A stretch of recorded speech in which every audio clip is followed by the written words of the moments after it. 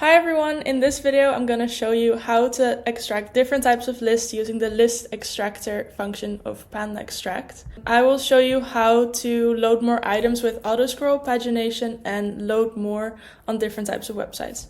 A little side note in between, if you want to know how to extract page details from each individual list item, you can go to the second video, which is about the page details extract. So let's get started. You can start the list extractor very easily from the first main page of the PandaExtract tool by using this icon.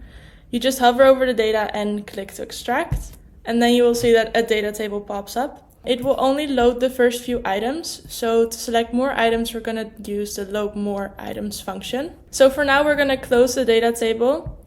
And because the Nike website has infinite scrolling, we can just use the pre-selected auto scroll. And all you have to do is just click on start extraction and it will start extracting like so.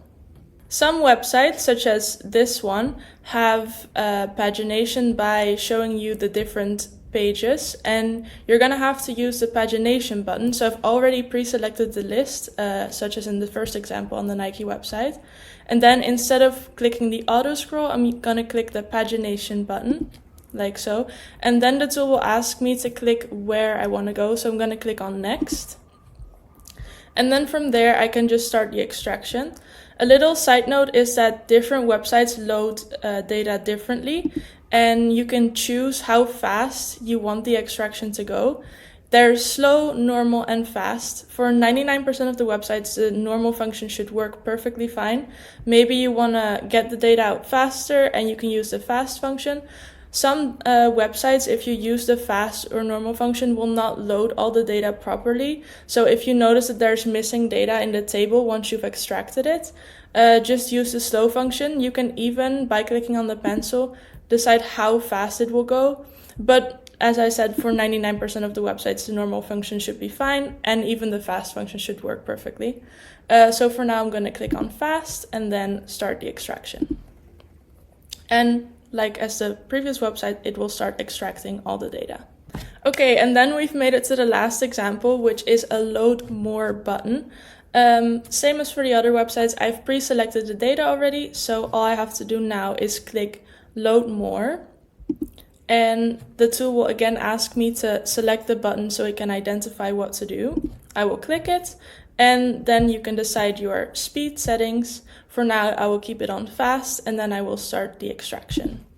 The tool will go through the whole page. For now, I will stop the extraction. And then as you can see, it has extracted 23 items, and I will click the view data button so that the data table pops up again. Let's make this big for a second. As you can see, it has extracted all the data. And there are several things you can do when you're in the data table. You can either hide or show images. You can apply several filters depending on what data you need. You can delete data tables you don't need or change their names if necessary. You can also sort ascending, sort descending, merge with other columns. There's a bunch of things you can do, so just take a look and figure out what you need. You can also download the images from here, and you can even show day or night view depending on your preference. You can also look at previously extracted lists, and of course you can export to any file that you need.